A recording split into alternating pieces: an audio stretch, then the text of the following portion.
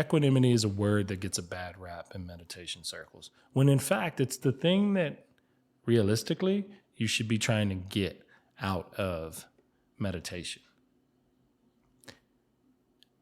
Here's an analogy that doesn't often find its way into meditation circles, but I see equanimity much like a fighter sees equanimity. Boxer, jiu-jitsu,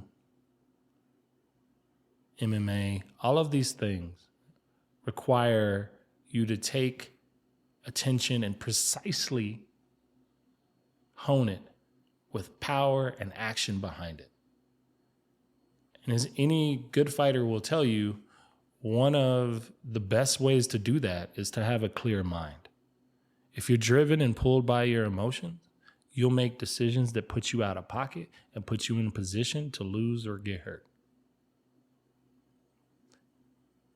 There isn't a skill that at high levels, or for that matter, any level, that doesn't get better if you have some control over your emotional state. Equanimity is that control. Equanimity is built, the foundations of it are built in a practice of meditation. Because as you sit down and try to focus on anything, breath or body or sounds or smells or tastes, which in the Dhamma or the Dharma, they are called your 6 gateways of perception. Your mind is the 6th. So that's your 5 senses plus your mind. This equals your 6 gates of perception. Your 6 gates of perception are the entry points to life, how you bring things in. And it's the bringing in of information married with the reaction to that information. Without a practice that kind of hones these skills, you become very reactional. Things come in, your world falls apart, you don't know how to handle it. Oh my God, what am I going to do? And then you look for the nearest life raft in the form of something you can buy or something external that will then shift and change your mood for the moment. But without understanding the mechanics of what's happening, this process inherently, naturally repeats itself. But see, when you sit down and get in touch with your mind and get in touch with the sensations of your body, you come to learn something. What is it that you learn? That it's all changing anyway. My teacher, Selena, kind of brought to my attention this quote. I don't know who to attribute it to, but the idea that an emotion only lasts about 90 seconds within you when it arises. It stays because of the story you tell it, because of how you interact with it, because of how you reacted to it. And when you sit down to formally practice meditation, part of what you're trying to do is learn how to sit with all of it. The parts you don't like, the parts that you love. And to appreciate them for their natural state, and then to let them go. If there is a blissful moment that's happening, a sunrise, a sunset, the perfect meditation in your eyes, the perfect person in your eyes, underneath all of that perfection is the nature of things. That thing that is so perfect that you love is going to change. And it doesn't matter how hard you fight, how much you pay, whatever you do, it's still going to change. Which, for some, that can sound depressing. I get it. But it isn't for me. It's empowering because it means I got to love the things that I love, and I got to love them full press while I have them. Because one day they're going to change. They're going to die. They're going to go away. It's just the nature of stuff. And I'm not sad by that. I'm present with that. I get the choice to show up because I don't know when I'm going to have my last moment. In the words of Sam Harris, one day will be the last time that you do the thing that you're doing. One day will be the last time you spend with the person you love. One day will be the last time you go on a run. One day will be the last time you sit down and meditate. You don't know when those moments are coming. And so the only thing you can do is give yourself the gift of presence and to be there for the things that you love, rather than what most of us do now, which is hoard and hang on to and try to hold on with dear life and fight to keep it present when it's just going to change. It is. And not only is it going to change, you're now going to suffer psychologically, physically. You're just going to have a rougher go at it because you're fighting the current. On the flip side of that, there's the things that we don't like. Yeah, the things that we don't ever want to happen again. The stuff that creates our armor.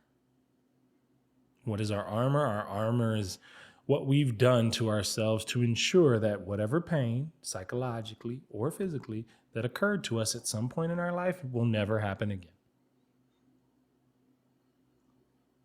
And we put that armor on, and that has kept us safe until the day that it doesn't. Because why? All things change. The things that used to protect you will one day become the things that prevent you from reaching your greatest joy and happiness.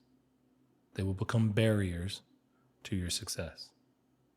That doesn't mean you should feel bad about that. You should just recognize that, hey, this is going to have to change. In order for me to go where I'm trying to go or get to the level I want to be on, there may be an additional requirement of change needed. No harm, no foul. Now, the nice thing about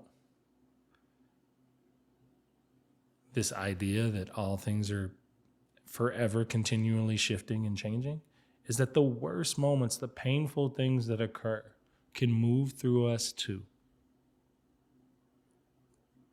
But that's going to require us to let go of our story. For some of us, that might even require us to change our identity because we've become so bound up in being the victim, in the poor me. Life has nothing else to offer me. Like we've fallen in love with it, that we don't even know that like we have a hand in that.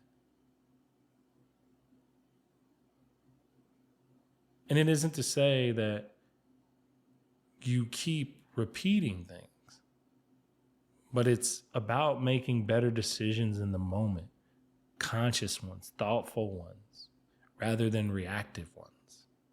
Because anytime you're reacting from a position of deficit, you're not as powerful as you would be when you're moving with intention and you're being decisive. Right? In fighting, as an analogy, you're on your heels when you're reacting. But when you're controlling the fight, then you're being decisive and you're choosing, dictating, directing where the fight goes. And so in this life, when you're going through it and you are starting from equanimity, you're choosing and dictating and influencing your own happiness, your own joy. And when you get it, when you truly believe in yourself and know, like, I understand the nature of things and how to actually work with them, then you can start playing full effort. And I say start because there's a whole bunch of us running around here that ain't playing full effort because God forbid if I do that thing and put myself out there, someone's going to see me. And if I fail, I'm going to get hurt unless you know how to hold your equanimity. See, if you fail when you're balanced with equanimity, then it's just a lesson you're learning. You can feel the discomfort of failure, but you don't attach a story to it. And it'll find its way and move its way through you as quickly as it came. And you can pick your head up and you can make a decision about how to improve from this position. And so, meditation isn't about stopping your thoughts or making you feel better. It's about teaching you how to be less reactive and putting you in a position so that you have the skills when you need them in order to be successful. Look, friends, I wish you well. Thank you for taking time to watch this video. If you'd like to take any of my meditation practices, feel free to check them out wherever your podcasts are, here on Substack, my YouTube channel. They're out there in the wild. They're free, and that's by design because they want you to have access to the tools that you can use to start to change your life in a way that is more decisive for you. So until we chat, I wish you well.